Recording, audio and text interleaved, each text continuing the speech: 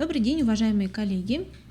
Завершается учебный год, и много дел сделано, еще больше впереди. И у нас сегодня заседание Республиканского методического объединения руководителей образовательных организаций Республики Коми. Позвольте представиться: Кальницкая Татьяна Сергеевна, заведующий Центром развития общего образования, социализации и воспитания личности. Сразу хочу сказать, передать приветствие ректора Института развития образования Галины Владимировны Китайгородской сегодня вам, и также приветствие Александры Васильевны Штин, непосредственно председателя Республиканского методического объединения руководителей образовательных организаций, которая сегодня по уважительным причинам не смогла присутствовать на своем же заседании, организованном ею, и делегировала эти полномочия нам. Тем не менее, заседание состоится, и вся необходимая информация, которая подготовлена, будет сегодня обсуждена. Хочу в двух словах повестку нашего заседания сегодня обговорить. Произошли некоторые изменения в повестке, поэтому сегодня присутствует с нами один из важных докладчиков — Давыдова Татьяна Яковлевна, начальник отдела финансово-бюджетного контроля Министерства образования, науки и молодежной политики Республики Коми. Тему несколько она видоизменена, Татьяна Яковлевна озвучит сама.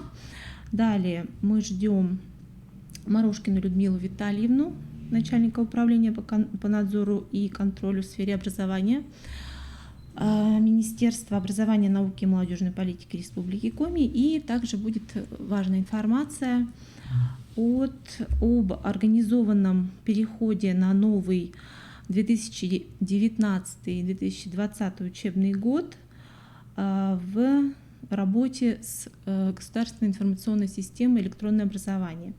Здесь нам подойдет и будет говорить об этом Вячеслав Алексеевич Лешок, заведующий Центром информационных технологий в образовании Института развития образования. Ну что ж, Татьяне Дмитриевне передаем слово. Добрый день, уважаемые коллеги.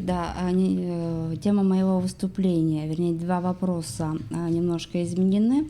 Акцент я сделаю на внутреннем финансовом контроле, как одним из инструментов, административных, управленческого инструмента, который позволяет избежать и предотвратить достаточно большое количество ошибок в финансово-хозяйственной деятельности многих учреждений.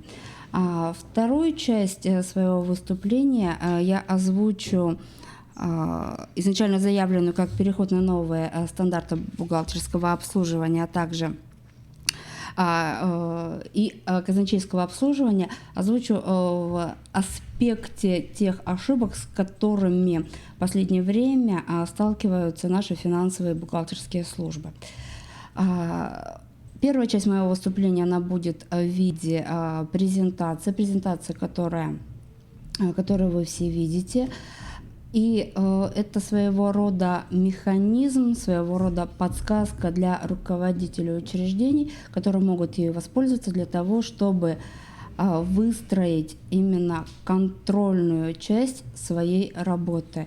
Особенно это касательно тех учреждений, где бухгалтерия не находится рядышком, а имеет место так называемое централизованное обслуживание, где есть заключенные договоры между школами, между образовательной организацией и бухгалтерской службой.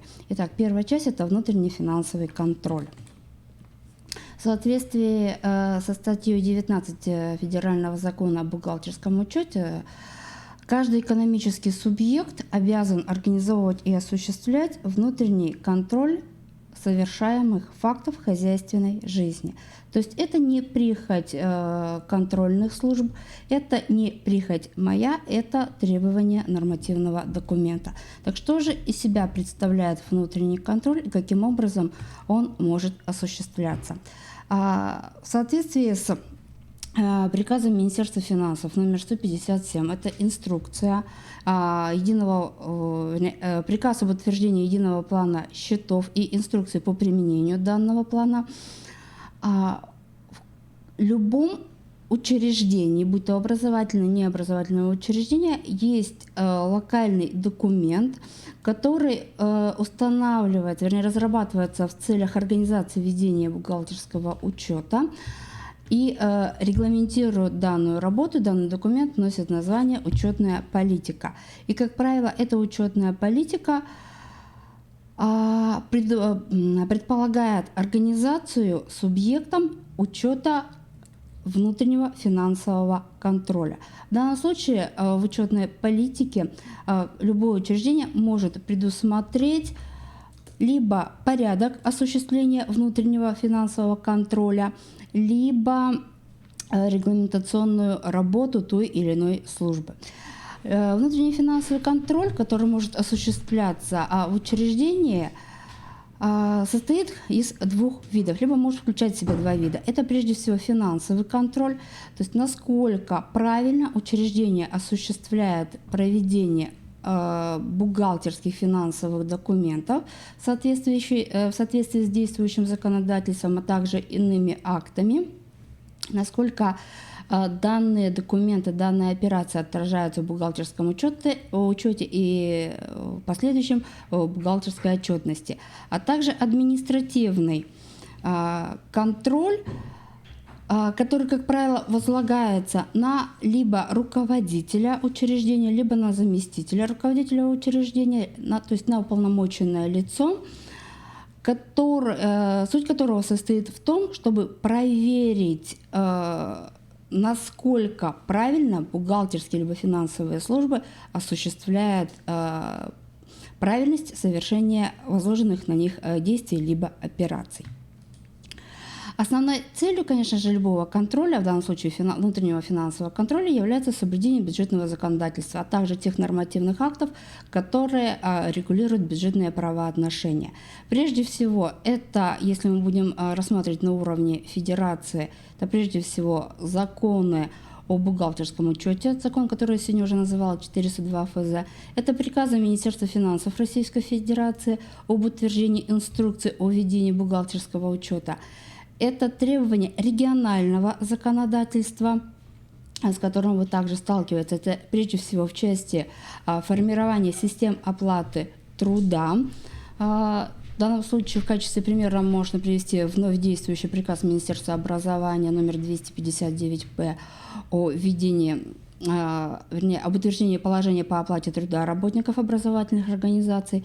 Это на уровне муниципалитета разработаны нормативные документы.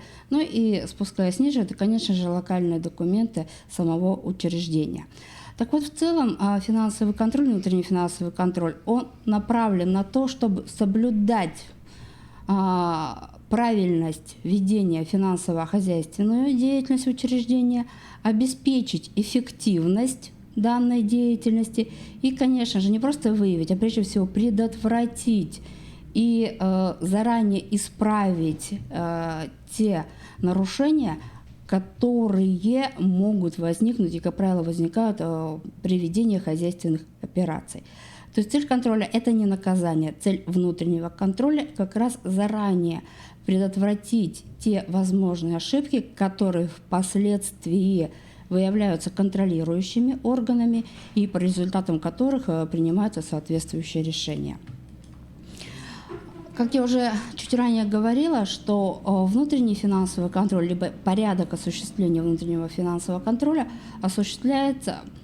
устанавливается образовательным учреждением самостоятельно, исходя из особенностей его деятельности. Выделяют следующие формы и методы контроля. Скажем так, это 3 самостоятельных формы, но они могут быть скомбинированы в одну форму, либо уточнены в несколько более развернутых форм, исходя из специфики деятельности организации. Конечно же, это прежде всего предварительный контроль. Как правило, это контроль, который предшествует совершению операции. Предварительный контроль осуществляется в виде согласования, санкционирования того или иного действия. Как правило, это вид контроля, который в большинстве своем возлагается на руководителя структурного подразделения.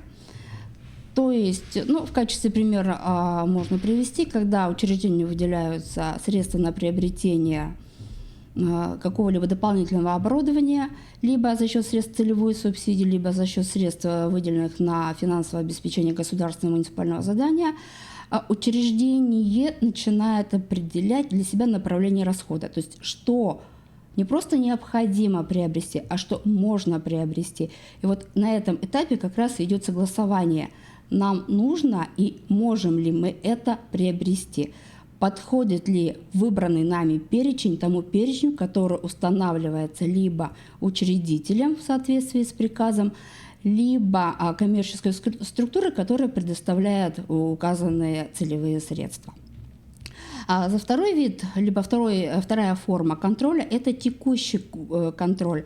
Это контроль, который совершается непосредственно в момент совершения той или иной операции. Как правило, вот текущий контроль осуществляется тем сотрудником учреждения на конкретном рабочем месте. То есть, получая документ, тот же самый бухгалтер начинает отслеживать, не просто выполнять функцию операциониста, заносит данный документ в систему, да, как правило, в компьютерную программу, а именно смотрит правильность оформления данного документа, насколько полно заполнены реквизиты в данном документе, есть ли все разрешающие, подтверждающие подписи, печати, проставлены ли даты, и насколько данный документ, опять же, соответствует основной цели приобретения товара, услуги в соответствии с выбранным источником финансирования. Ну и последующий контроль, как правило, это заключительный контроль по окончании совершенных действий, совершенных операций. Он, как правило, уже проводится в виде проверок, ревизий и очень часто встречающееся слово – это инвентаризация. То есть это когда уже по факту приобретения товаров или услуг учреждение задается вопрос, а где у нас данное оборудование, в каком оно у нас состоянии, насколько качественное проведена была поставка, насколько данное оборудование соответствует, опять же, изначальной цели приобретения. И, конечно же, все эти три вида контроля желательно осуществлять для того, чтобы, опять же, скажу, это в целях предотвращения тех ошибок, которые затем контролирующие органы выявляют. Далее у меня будут слайды, в которых, в принципе, идет как бы своего рода подсказка, на что обратить внимание при проведении предварительного контроля, текущего контроля и последующего контроля. То есть это уже своего рода шпаргалка для руководителя, шпаргалка для бухгалтера, для того, чтобы акцентировать внимание и не запутаться в том или ином виде контроля, либо на кого в данном случае внутренний финансовый контроль может быть возложен. Слайды у вас все будут в доступе, поэтому здесь много останавливаться не буду. То есть вот мероприятие текущего контроля и мероприятие последующего контроля. При выборе контроля следует учитывать те риски и те особенности деятельности учреждения, с которыми сталкиваемся финансовые службы, бухгалтерские службы, в принципе, каждый день. Для того, чтобы избежать рисков, для того, чтобы предвидеть возможность наступления того или иного риска, конечно же, рекомендую это обратить внимание, скажем так, на ошибки ваших соседей, ваших друзей.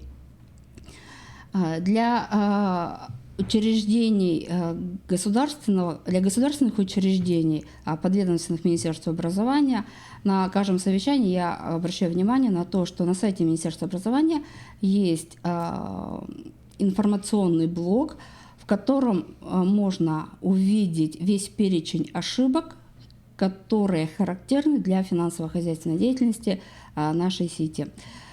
Если же другие учреждения захотят с этим перечнем ознакомиться, конечно, пожалуйста, никакого запрета здесь нет.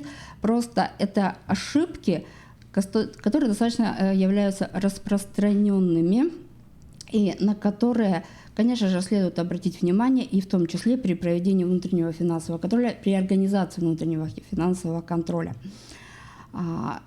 Ну, прежде всего,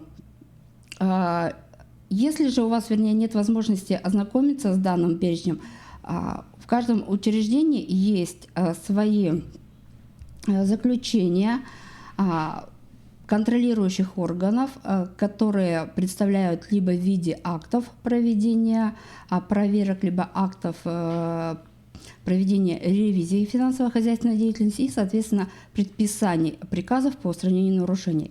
Вот в этом документе также весь перечень выявленных нарушений можно увидеть, также обратить внимание на то, каким образом этих ошибок и нарушений можно избежать. Ну и при проведении контроля, конечно же, каждому руководителю учреждения следует очень тщательно изучить действующую на сегодняшний день штатную структуру, а также фактическую численность с точки зрения оптимизации, загруженности сотрудников и так далее. Это все делается, конечно же, для того, чтобы определить основное место, на которое будет возложено, вернее, определить ту структуру, на которую будет возложено осуществление данного финансового контроля. Очень часто после изучения,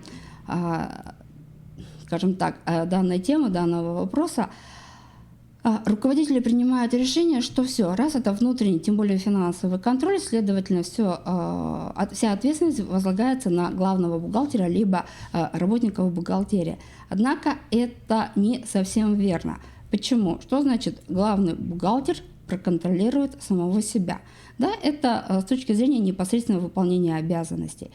Но объективно оценить свою работу, либо работу своих сотрудников, как правило, главные бухгалтера не в состоянии. Следовательно, для того, чтобы определить ответственное лицо за проведение внутреннего финансового контроля, при анализе штатной дисциплины, штатной численности, необходимо определить состав комиссии, которая будет осуществлять данную функцию. Ну и раз мы говорим сейчас о отдельной структуре, о комиссии, которая будет осуществлять данную функцию, конечно, необходимо определиться с документом, который будет регламентировать работу структуры. Как правило, это либо отдельное положение о внутреннем финансовом контроле и, как следствие, о комиссии, которая будет проводить внутренний финансовый контроль. Данное положение может являться либо отдельным документом, локальным документом учреждения, либо может являться приложением к учетной политике учреждения, которая также утверждается руководителем. Организация внутреннего финансового контроля осуществляется на следующих уровнях. Это прежде всего уровень сотрудника, то есть когда работник на своем непосредственно рабочем месте в рамках возложенных на него должностных обязанностей осуществляет контроль за выполнением своей работы. То есть насколько в полном объеме он выполняет свои должностные обязанности. Самым ярким примером, что работник не выполняет свои обслуживания, свои функции и, соответственно, основной из ошибок, с которой сталкиваются контрольные службы, именно этого уровня сотрудника является то, что очень часто работники бухгалтерии пропускают документы на оплату, в которых отсутствуют обязательные для заполнения реквизиты. Это, к примеру, дата совершения операции, то есть когда поступил товар, когда поступила продукция, материальные ценности в организацию. В документе отсутствует дата. Затем отсутствует расшифровка подписи материально ответственного лица, который получил данный товар. Отсутствует очень часто печати организации и так далее. Это как раз уровень ответственности работника. Второй уровень контроля – это уровень структурного подразделения. Следовательно, ответственность возлагается уже непосредственно на руководителя структурного подразделения, который проверяет работу и отвечает за работу в целом той службы, которую он возглавляет. Ну, в данном случае можно привести пример. Это когда, к примеру, начальник отдела кадров, отвечая за работу своего подразделения, не знает информацию, к примеру, о приеме и переводе работников внутри организации. Либо визируют документы, которые в дальнейшем идут на подпись, к примеру, приказы о приеме на работу, в которых допускаются ошибки. К примеру, отсутствует информация о условиях приема на работу того или иного сотрудника, будь то это внешний совместитель, внутренний совместитель и так далее. На следующем слайде у нас представлены процедуры проведения внутреннего финансового контроля.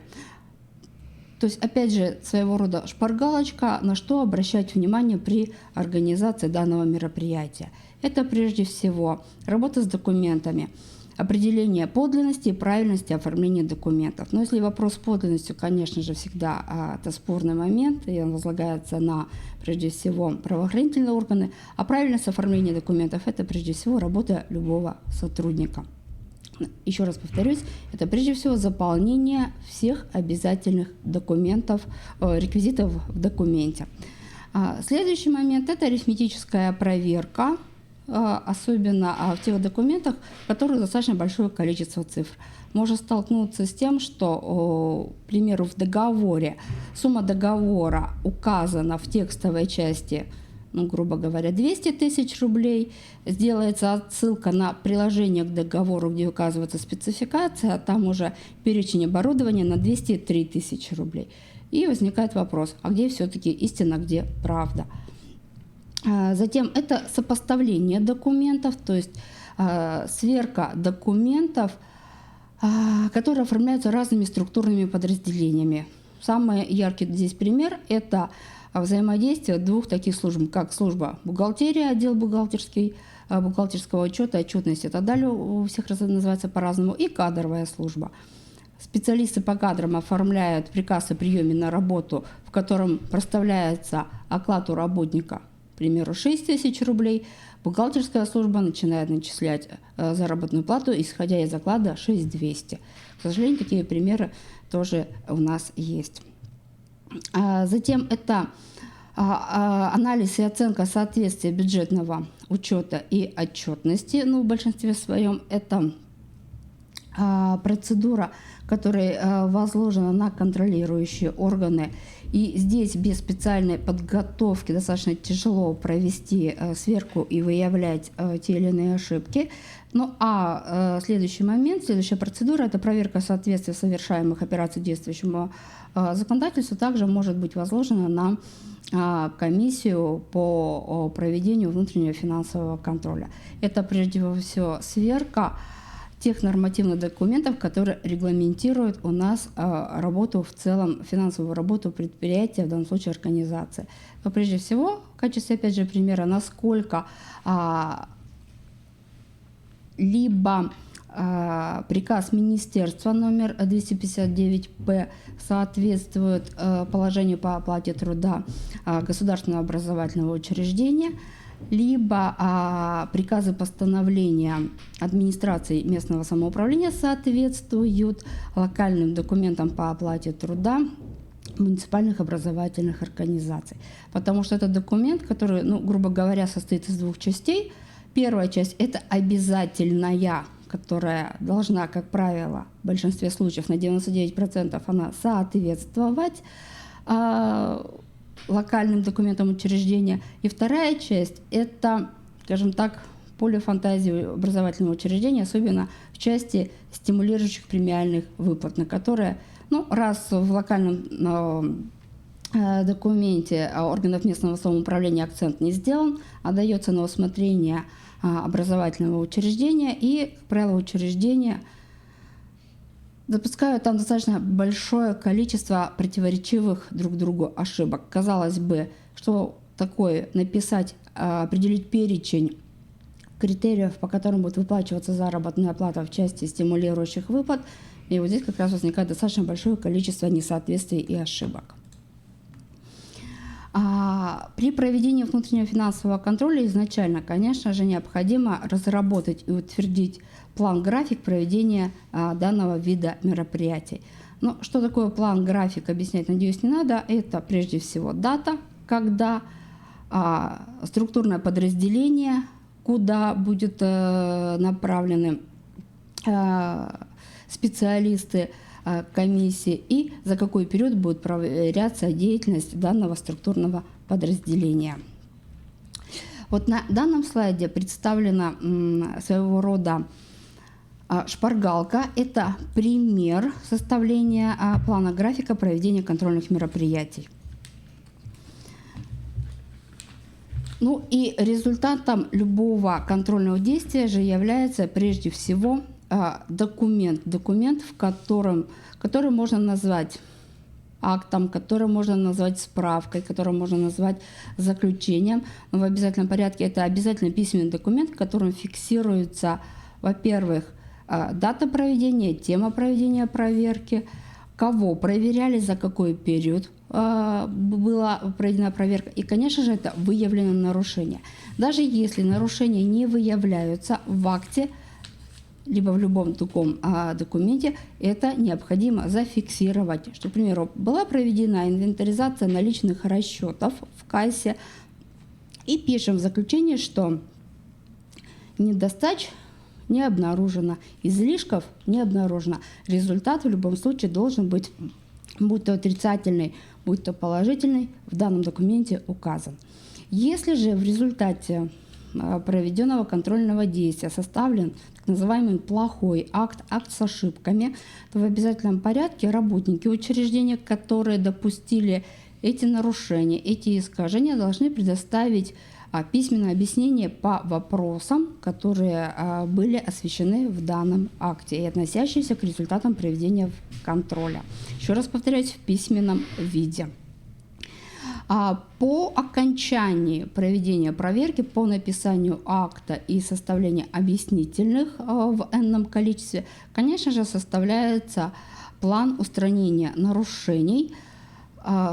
Можно также документ назвать план, приказ, программа, как угодно. То есть тоже обязательно письменный документ, в котором указывается не просто, что мы должны сделать для того, чтобы предотвратить в следующем наступление тех или иных ошибок, но и прежде всего с указанием сроков и ответственного лица, то есть специалиста, который будет ответственный за устранение данного нарушения.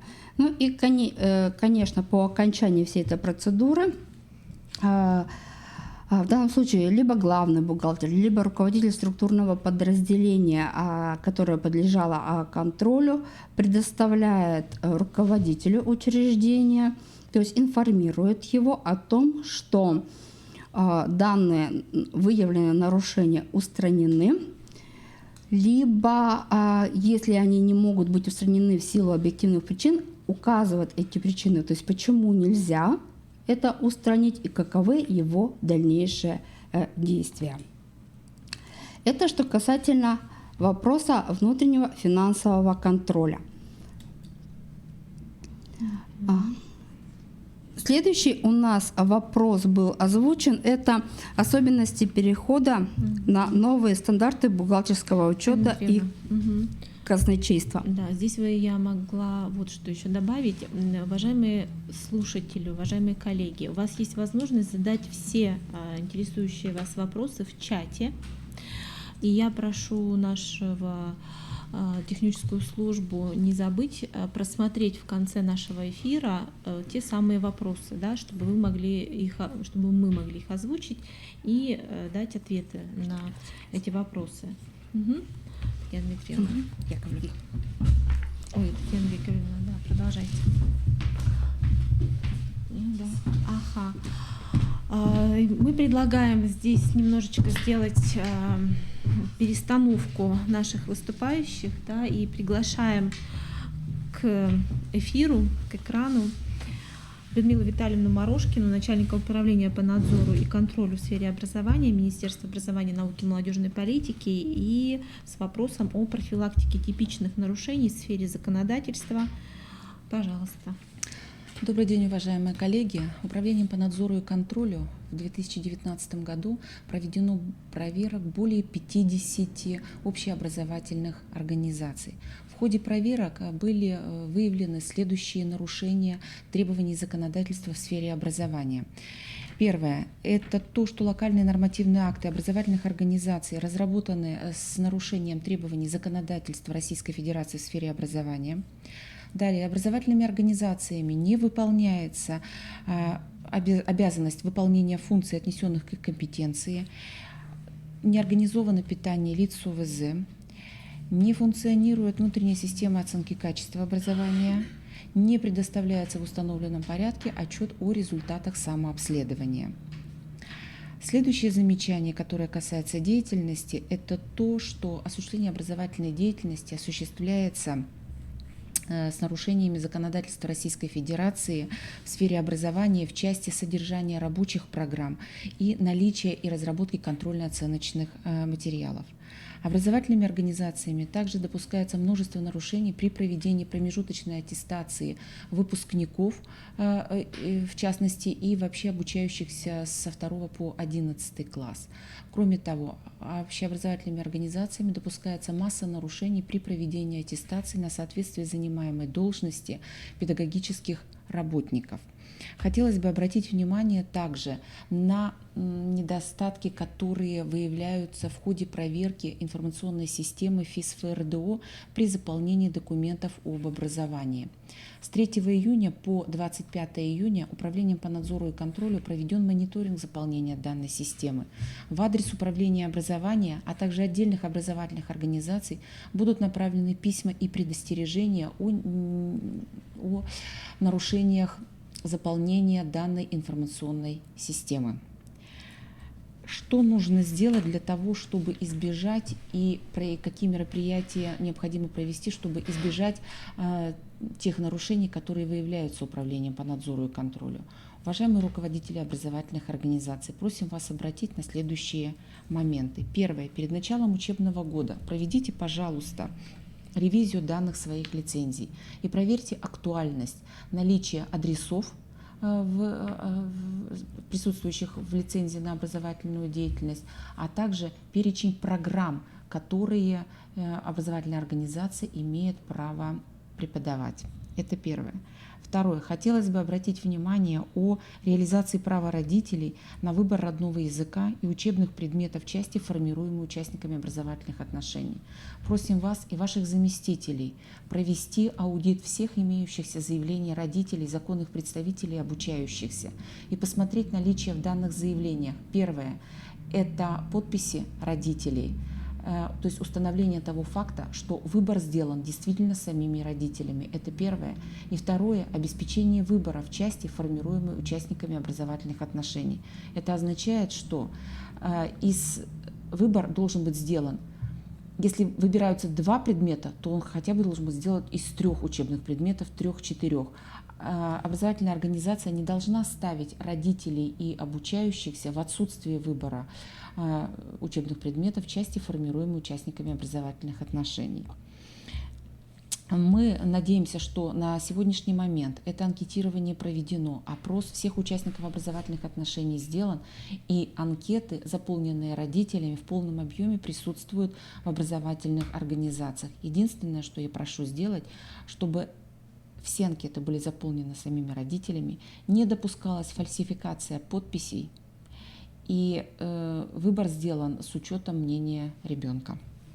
Следующий момент, на который хотелось бы мне обратить внимание, чтобы избежать тех нарушений, которые, как правило, присутствуют, это формирование учебного плана и наличие всех предметных областей, которые регламентированы федеральными государственными образовательными стандартами.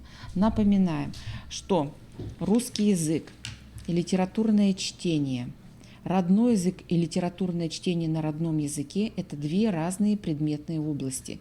Должны быть 2 предметные области и 4 учебных предмета. Русский язык, литературное чтение. Родной по выбору родителей язык коми или русский и литературное чтение на родном коми или русском языке. Соответственно, такое же деление должно присутствовать и в учебном плане основного общего образования, когда мы говорим о русском языке и литературе. Следующий момент. Хотелось бы обратить внимание на работу руководителей образовательных организаций с обращениями граждан.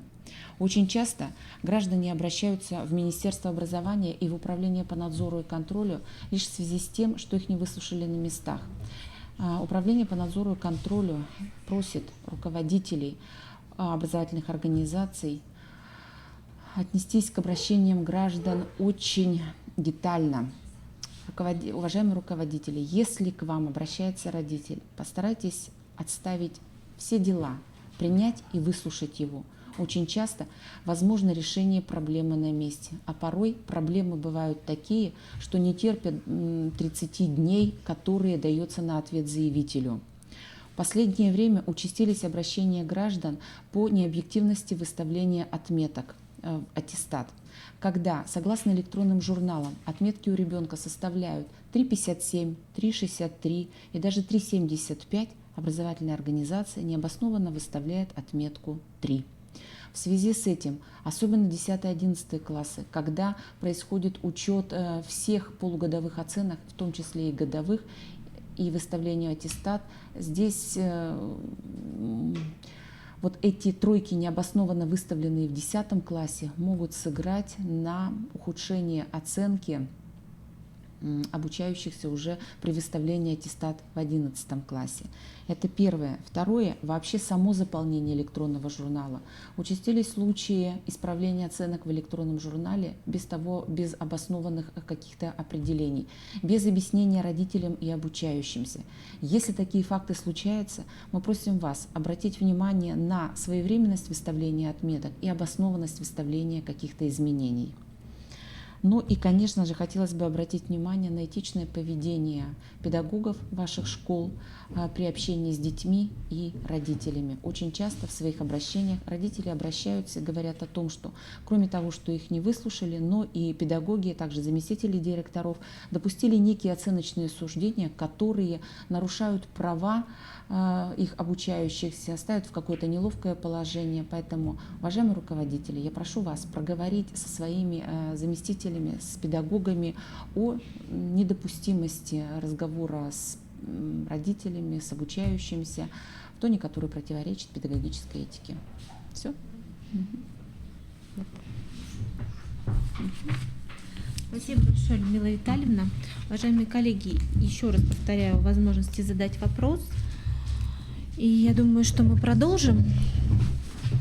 Да, Татьяну Яковлевну вот еще приглашаем для того, чтобы завершить, да, тот самый вопрос о финансовом контроле образовательных организаций. И вот один из вопросов, который поступил, Татьяна Яковлевна озвучит. Поступил вопрос, кто может входить в состав комиссии и может ли это быть один человек? Конечно, осуществлять внутренний финансовый контроль можно возложить на одного из специалистов образовательного учреждения. Но по опыту могу сказать, что желательно, чтобы это была все-таки комиссия, состоящая хотя бы из 3 человек, которые могут привлекаться из различных отделов. То есть это из представителя из бухгалтерии, это представитель кадровой службы, это представитель либо из числа заместителей руководителя учреждения, либо из числа заведующих структурными подразделениями.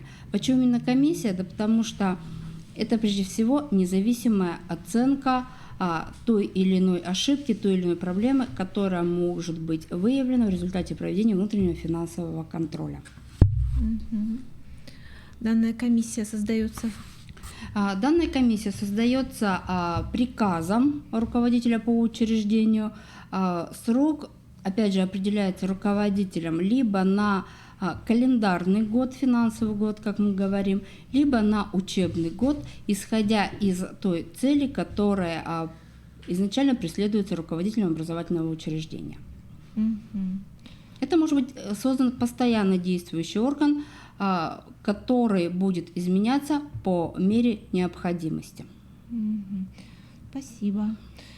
Ну что ж, если у нас вопросов больше нет, да, вопросов больше не поступило, и от зрителей в аудитории тоже нет, да, в общем-то, считаем данный вопрос озвученным, да, в полной мере, поэтому если какие-то вопросы еще возникают, то я думаю, что Татьяна Яковлевна также может ответить и по телефону, да, этот вопрос.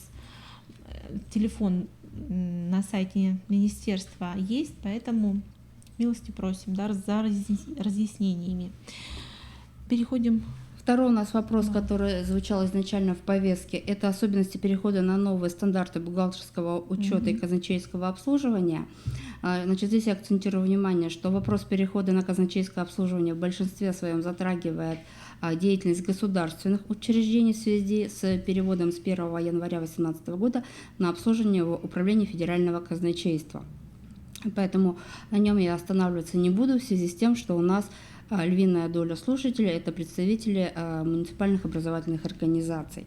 Но что касательно перехода на новые стандарты бухгалтерского учета, могу сказать следующее, что первые результаты перехода, скажем так, неутешительные. Учреждения сталкиваются с достаточно большим количеством проблем, связанных с применением новых бухгалтерских стандартов в своей деятельности. Это прежде всего касается таких вопросов, как аренда, предоставление имущества в аренду сторонним организациям и, конечно же, это учет основных средств в организации. И поэтому, когда бухгалтерские службы начинают осуществлять вопросы учета по вот этим двум вопросам, конечно же, я могу посоветовать, чтобы, если есть финансовая возможность, свои бухгалтерские службы, представители бухгалтерии направлять на очные семинары по повышению квалификации именно в этой части. Если же финансовые возможности не позволяют, то здесь либо выходить с инициативой на проведение, на участие в вебинарах, либо проходить дистанционное обучение, либо обращаться с вопросами либо в министерство, либо в финансовые службы, в департаменты финансов на местах. Спасибо большое, Татьяна Яковлевна. Ну и, конечно же, от Института развития образования хочу сказать, что мы готовы подключаться к такого рода обучению, да, специалистов совместно с специалистами министерства и приглашенными специалистами. Но все это возможно только при наличии заявок от организаций. Спасибо большое, Татьяна Яковлевна. Мы вас всегда провожаем. Да, и для освещения завершающего вопроса Вячеслав Алексеевич Лешок. Приглашаем вас. Спасибо. Добрый день, уважаемые коллеги. Ну, на всякий случай, внизу у вас в нижней строке экрана там есть такая запись «Открыть чат в новом окне». То есть, если возникают вопросы, вот надо открыть этот чат в новом окне и задавать вопросы. То, смотрю, вроде вопросы такие важные, а с той стороны вопросы не поступают. Если вы зарегистрировались на сайте, то вы сразу зайдете под своей учетной записью, будете видны вы. А если не зарегистрированы, просматриваете, то как гость, но вопросы, тем не менее, задавать можно. Заканчивается текущий учебный год. Государственная информационная система и электронный журнал, электронный дневник все больше и больше охватывают жизнь наших детей, родителей, учителей. И хотелось бы, чтобы мы более-менее организованно закончили этот текущий учебный год и перешли в новый учебный год с наименьшими ошибками и потерями, будем говорить так. Первое, на чем я хотел бы остановиться, это перевод на следующий учебный год. Уже многие этот перевод сделали, и, возможно, у вас возникают, потому что вопросы нам поступают, возможно, у вас возникают вопросы, особенно это по первым классам, по 5 и 9 классам, 10 классам, это те классы, которые, возможно, комплектование которых, возможно, может быть под вопросом. То есть 2 пятых класса, 1 пятый класс, 2 10 класса, 1 10 класс. В этом случае как бы одна из рекомендаций, чтобы не создавать лишние классы, с которыми потом могут быть проблемы, их невозможно будет удалить и прочее, как вариант можно сделать на 1 класс меньше и переводить пока детей в эти 2 класса. В последующем, если все-таки решится вопрос, что у вас будет на 1 класс больше, то вы создаете этот новый класс еще. Можно внести изменения в приказы о переводе, то есть убрать тех детей, которые вы перевели уже, там, предположим, в 10 А, в 10 Б или зачислили. Ну, с 10 может быть будет попроще, поскольку 10 вы будете комплектовать уже 1 сентября. Вот, например, 5 классы, да, у многих возникают вопросы: 2, 3 пятых класса, 1, 2 и так далее. То есть вы можете потом приказ откорректировать и уже на 1 сентября сделать то комплектование, которое будет вам утверждено в управлении образованием. Важный вопрос по 1 классам. И в связи с этим, с появлением дублей между садиком и школой при переходе ребенка из детского сада в 1 класс школы. Итак, в 1 класс школы мы зачисляем из тех заявлений, из той очереди, которая у вас уже началась, прием заявлений у вас начался с конца января, и сейчас у нас 30 июня заканчивается 1 этап или 1 волна приема заявлений в 1 класс, поэтому рекомендуется либо создать фиктивный приказ о зачислении детей в 1 класс, либо, это для тех, где непонятно, сколько будет 1 классов. Для тех, кому понятно, что у вас уже будет 1 класс, предположим, или точно 2 класса, можно делать не фиктивный приказ, а можно делать приказ о зачислении. Сейчас у нас при создании приказа есть 2 даты. Одна дата, с какого числа ребенок будет зачислен в класс, и вторая дата – это фактическая дата создания документа. То есть, предположим, 24 июня вы создаете документ о зачислении в 1 класс 1 сентября. Поэтому будет 2 даты – 24 июня и 1 сентября, с которого начнет действовать этот документ. Зачислить детей 1 волны необходимо еще и потому, что, возможно, родители первоклассников изменят свое решение и пойдут в школы не по своему микрорайону, то есть в другие какие-то школы. И в случае, если ребенок не зачислен в 1 класс, у них не будет возможности подать еще одно заявление в другую образовательную организацию в электронном виде. Поэтому вот детей 1 волны 30 июня необходимо зачислить. Можно зачислить уже нормальным приказом, а можно зачислить, создав какой-то фиктивный приказ, создав класс там 1 просто и зачислить, который потом 1 сентября переделать и распределить уже по классам 1 А, 1 Б и так далее. Ну, там, где уже известно, что дети пойдут в 1 А, в 1 Б, в 1 В, тут проблем нет, создаете приказ о зачислении уже.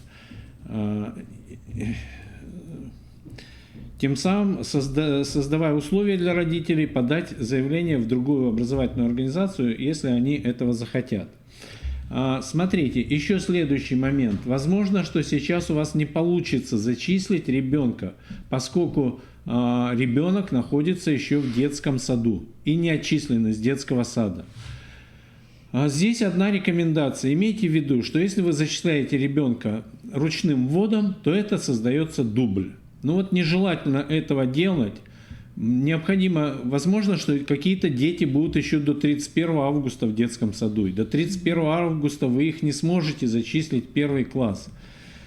Но вот здесь надо как-то находить компромисс. Возможно, мы будем разговаривать еще и с управлением дошкольных образовательных организаций, с дошкольниками будем говорить им, что ребята, как только есть возможность, ребенок перестал ходить, или вы знаете, что он точно 31 августа, до 31 августа входит, в принципе, сейчас уже можно создать приказ об отчислении его 31 августа, чтобы школы могли безболезненно их зачислить. Итак, еще раз повторяюсь, 1 класс зачисляем из распределенных из очереди, но при этом вы будете видеть, если у вас эта фамилия подсвечена зелененьким цветом, это значит, что ребенок уже отчислен из детского сада. И даже детским садам, по-моему, мы проверим еще это точно или нет, можно детским садам даже не указывать, в какую организацию отчислен ребенок. То есть система сама находит все равно этого ребенка и спрашивает, зачислить этого ребенка или создать новую учетную запись. Поэтому, если же розовым цветом, это значит, ребенок в детском саду еще не отчислен, и причем система указывает, в каком детском саду этот ребенок находится. Поэтому школам рекомендация все-таки обращать на это внимание, не забивать детей повторно, потому что у многих детей уже созданы карточки, личные карточки, в которых большой объем информации детскими садами уже забит. Вводя ребенка вот таким образом, вы теряете эту информацию, вам придется делать лишнюю работу, вбивать детей повторно.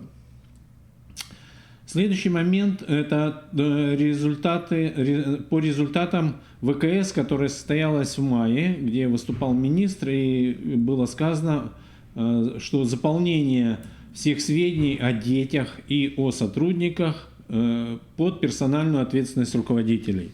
Срок был там по протоколу этого заседания 14 июня.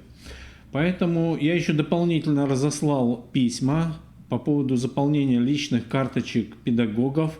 В частности, на сегодняшний день вот интересует именно эта информация. И все вопросы, вот если у вас система будет заполнена полностью и по детям, и по педагогическим работникам, и по сотрудникам, вы просто исключаете лишнее обращение вышестоящих органов к вам по тому или иному вопросу, по тому или иному запросу. То есть нужны данные о каком-то педагоге.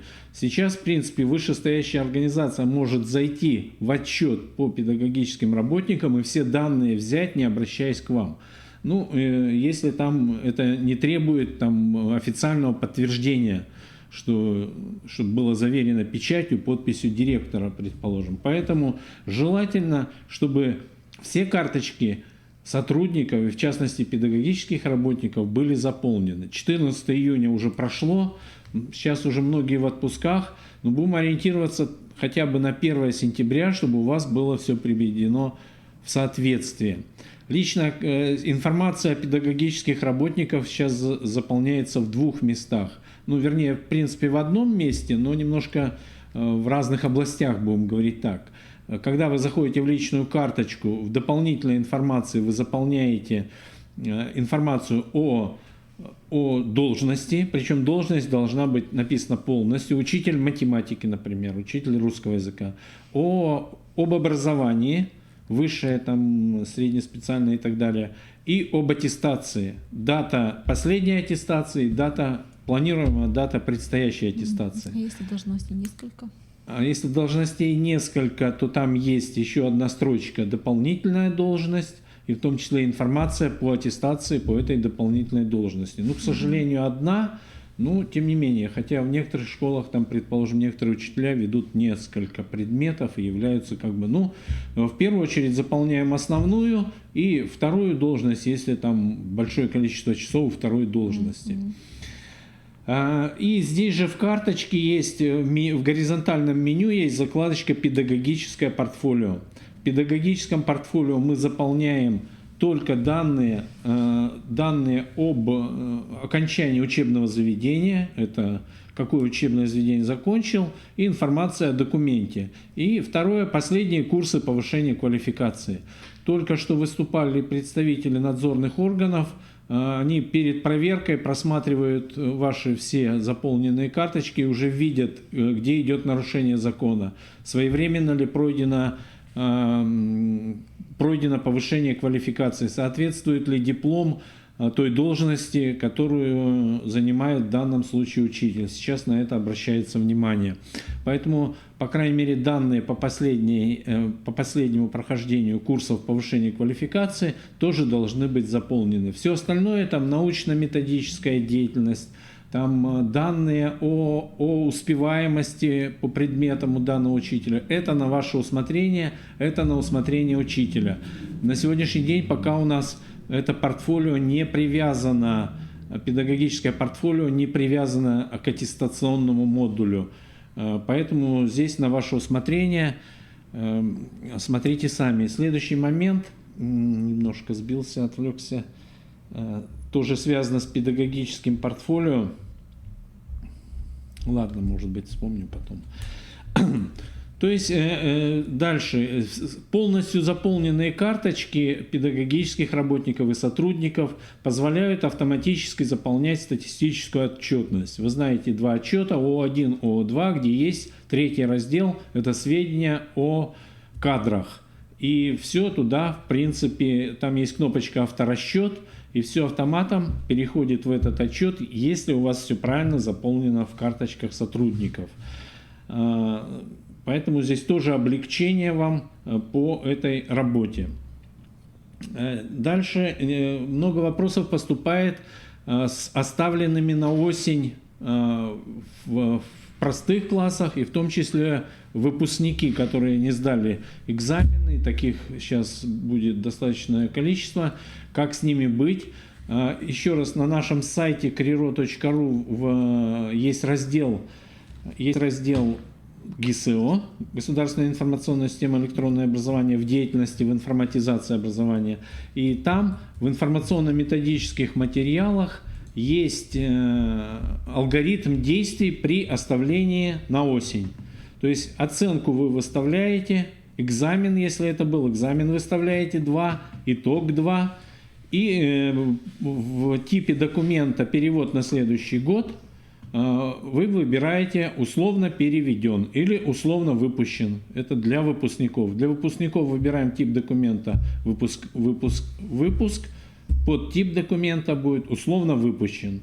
Для остальных «Условно переведен». В случае ликвидации задолженности вы исправляете итоговую экзаменационную отметки и в приказе помечаете дату ликвидации задолженности. Деятельность, информатизация образования, государственное, вот слева меню, слева, ага, выше. И здесь еще левое меню, информационно-методические материалы. Здесь вот есть алгоритм действий при условном переводе обучающихся. Если в чем-то сомневаетесь, выше, вот, да. Если в чем-то сомневаетесь, лучше позвоните нам, и мы вместе как бы все это делаем. Но там все четко прописано, ваши действия. Пустой клеточку не оставляем, иначе в пустую клетку вы потом ничего не поставите. То есть ставим двойку в графе «экзамен» и в графе и в столбце «итог». Следующий момент – это по распечатке журнала итоговых ведомостей. Тоже задавали вопросы. Если вы распечатываете из программы, из ГИСЭО, то он получается очень некрасивая распечатка, занимает много места. Поэтому здесь вариант следующий, это выгрузка в Excel, особенно итоговой ведомости, ее обязательно выгружаем в Excel, поскольку вам надо заполнить последний столбец, это решение педагогического совета. И там либо вы в Excel добавляете номер протокола и решения, либо вручную на ваше усмотрение. Я думаю, в Excel проще один раз ввести и скопировать во все ячейки. И подгоняете уже в Excel, чтобы более-менее компактно распечаталась у вас эта ведомость и меньшее количество бумаги, чтобы потратить. По распечатке классных журналов. Посмотреть, вот сейчас мы будем вносить изменения и в распоряжение правительства о ГИСЭО, поскольку новые модули появились, и в совместный приказ, где написаны правила ведения ГИСЭО, и еще в план деятельности по ГИСЭО будут вноситься изменения. Вот я вас попрошу, кто там с документооборотом более-менее владеет этим вопросом, посмотрите вопрос необходимости распечатки журнала. Мы знаем, что по правилам документооборота журнал должен храниться в течение 5 лет, но там не сказано в каком виде, в бумажном, в электронном. Может быть, сойдет вариант, что мы его будем хранить в электронном виде на сервере ЦИТа. После этого вырывается итоговая ведомость, которая хранится еще 70 лет, а всего хранение 75 лет документов. То есть есть ли смысл распечатывать журнал весь? То есть здесь надо посмотреть и, может быть, своими локальными актами утвердить положение, что журнал хранится на сервере ЦИТа. Но тогда мы должны внести тоже эти положения должны внести в наши нормативные республиканские документы. Поэтому вот мы сами, конечно, тоже посмотрим нормативку по документообороту, реально ли это сделать. В конце концов, электронный журнал, в электронном виде все документы, надо ли тратить столько бумаги на распечатку еще всех классных журналов, наверное, это будет накладно в больших школах. Поэтому вот давайте совместно посмотрим этот вопрос и какие-то предложения попробуем внести в наши документы. Еще один документ, который вы получили, это учет детей, не посещающих образовательные организации. До 1 сентября у вас там срок, необходимо этих детей выявить, и по месту жительства, по закрепленным территориям их необходимо тоже зачислить будет с 1 сентября в школу или в детский сад с подтипом документов, прикрепленные к ООО. Это дети, которые как бы прикреплены к ООО, на самом деле школу не посещают по тем или иным причинам.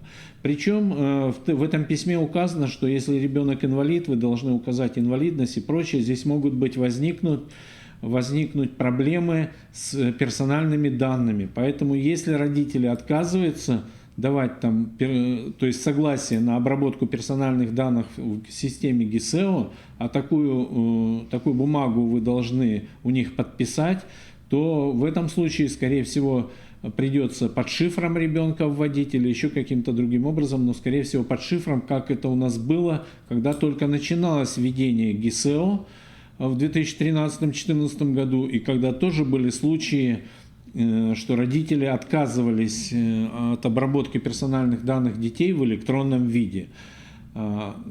Говорили, что вот бумажным обрабатывайте, наверное, в школах такие моменты были, и когда тоже детей вводили под шифром личного дела или каким-то другим образом, там, под инициалами. В принципе, такие основные вопросы все.